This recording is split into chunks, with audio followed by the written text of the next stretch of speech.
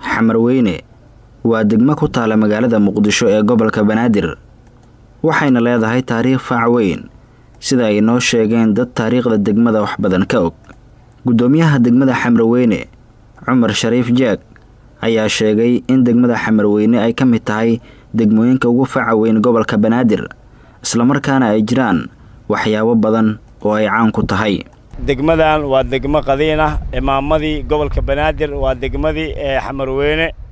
Xamarweyne waxay aad ugu soo caan baxday waa dad xifrado shaqo aad kala duwan u yaqaaniin waxa kamid ah kalluunka waxa kamid ah aliindiga waxa kamid ah dharka hadda korkeena ku jira ee aan wadano dadkii sameeyay waay degmadan waxay ku taalaa waa u jeedaan waxay u lowdahay dekadii Xamar ayay ku dhinac taalaa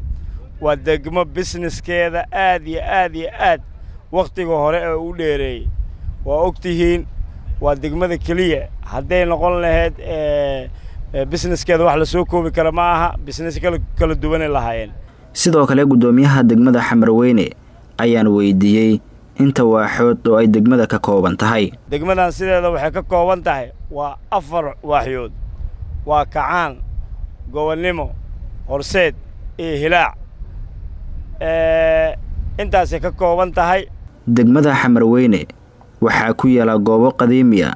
oo ay ka mid yihiin masaajido qoom badan dad badan muslimiin badan oo ku soo dugteen ninka dhisi ilaaha karaale naxariis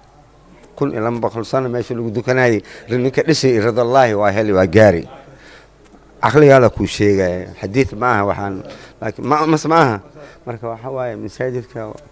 dad badan oo ku soo dugteen oo lagu soo cibaadaystay waxa waaye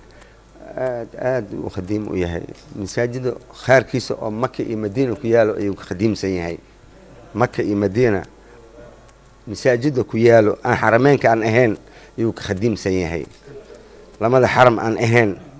ana Kaabada iyo Masjid an-Nabawi aan ahayn iyo Masjid al-Qiblatayn aan ahayn ayuu khadiimsan yahay